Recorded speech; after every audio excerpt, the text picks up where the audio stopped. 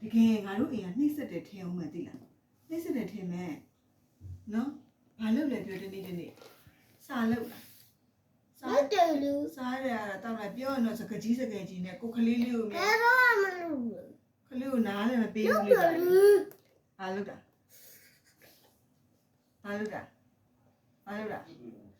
လောက်တယ်လေခမရလို့ကျွန်တော်ဝါနေနေတာ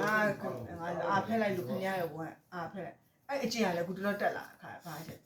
နော်ပြောလိုက်ရင်တော့ရွှေနဲ့မလိုက်ဘူးစကကြီးတွေပြောတာမသိမဟုတ်ဘယ်တော့ကောင်းလို့လဲကလေးကိုလည်းလူဖိတ်ဆက်နေလို့ပါလို့နေကြက်တတိတာနဲ့ကြက်တတိတာအော်ပြောတဲ့စကားကြီးအရွှေနဲ့မလိုက်ဘူး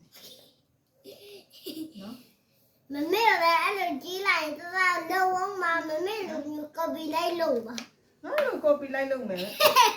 မအေးလိုကော်ပီလိုက်လုပ်မယ်နေရအောင်မလေးဟဲ့ဒီကတော့ရောက်ပါဘယ်သူရောက်မှာမမေအမလေးနေရောက်စားမလို့ဘာမှတချီတဝဲရီလောက်အောင်လို့မမေကိုအနီတင်းနဲ့မြားလိုက်မယ်ငါဟုတ်တယ်နားမလဲဘူးအိမ်မပြတ်တတ်ဘူးအိမ်မပြတ်တယ်ဘူးအိမ်ပြန်ကြရင်ဆိုင်ရတဲ့နေခဲ့လားတော့မလေးမအိမ်မြန်ကြကြောင်းမယ်ဟာတော့မွေးကျေးဇူးဆက်နေခါပြောလိုက်ရင်တော့အယူနဲ့မလိုက်ဘူးစကားဘာပြောချင်တာငါနော်ဒီနေ့အားစီကျယ်လေးတစ်လုံးပြီးတော့မှအောင်မတော့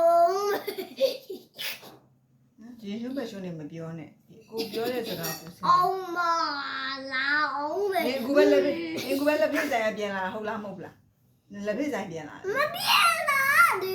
ရွှေငေါပြန်လာအခုဒီမလေးဒီလက်ဖိတ်ဆိုင်ရလက်ဖိတ်ဆိုင်မှာဘာလုပ်လာပြောစားပါမလုပ်လာဘူးလေစားပဲဖတ်တာဒီကိုမပြောနဲ့နော် TV တွေကြည့်တယ်စော်တယ်စားတယ်နော်လုပ်ပေးမယ်မလုပ်နဲ့ရှင်